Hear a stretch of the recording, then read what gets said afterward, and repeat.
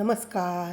आज आपण चुरमुऱ्यांना आंघोळ घालून त्यांची रेसिपी बनवणार आहोत. त्यासाठी आपल्याला हिरव्या मिरच्या, कढीपत्ता, ओले वाटाणे, मटारच्या शेंगा म्हणजे कोथिंबीर बारीक चिरलेली, साखर, कांदा, टोमॅटो, शेंगदाणे, मिरची, मीठ, जिरं, हळद, हिंग हे ह्या गोष्टी लागणार आहेत आणि त्यांना डुबवण्यासाठी पाणी लागणार आहे.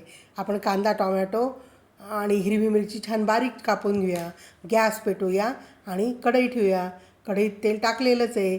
तेल आपलं आता गरम झाले. त्यात आपण जिरं टाकूया, कढीपत्ता टाकूया, मस्त हिंग टाकूया, शेंगदाणे टाकू, त्यांना छान खरपूस करूया. त्यांना छान खरपूस झाले की त्याच्या हिरव्या मिरच्या टाकूया. हिरव्या मिरच्या छान तळल्या गेल्या की त्याच्यात आपण वाटाणे टाकू. वाटाणे पण छान तेलात थोडेसे फ्राय झाले की कांदा टाकायचा. कांदा पण थोडासा हलवून घ्यायचा तेलात. मग टोमॅटो टाकायचा, थोडी कोथिंबीर टाकायची. छान त्यांना परत तेलात कालवून घ्यायचं. हळद टाकायची, परत छान कालवून घ्यायचं. ते झाल्यानंतर आता आपण त्यांना वाफ आणायची.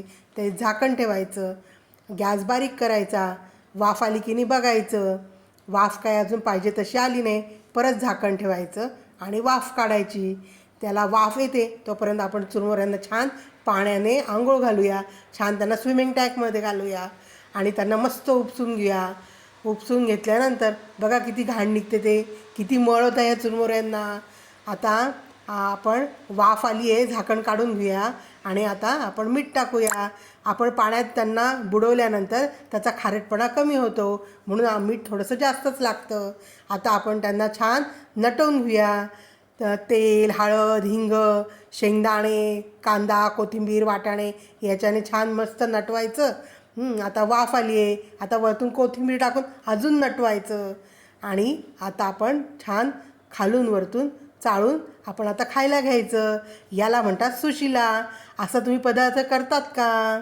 आणि तुम्ही काय म्हणतात ते पण मला सांगा. माझ्या चॅनलला लाईक करा, शेअर करा आणि सबस्क्राईब करा. Bye bye.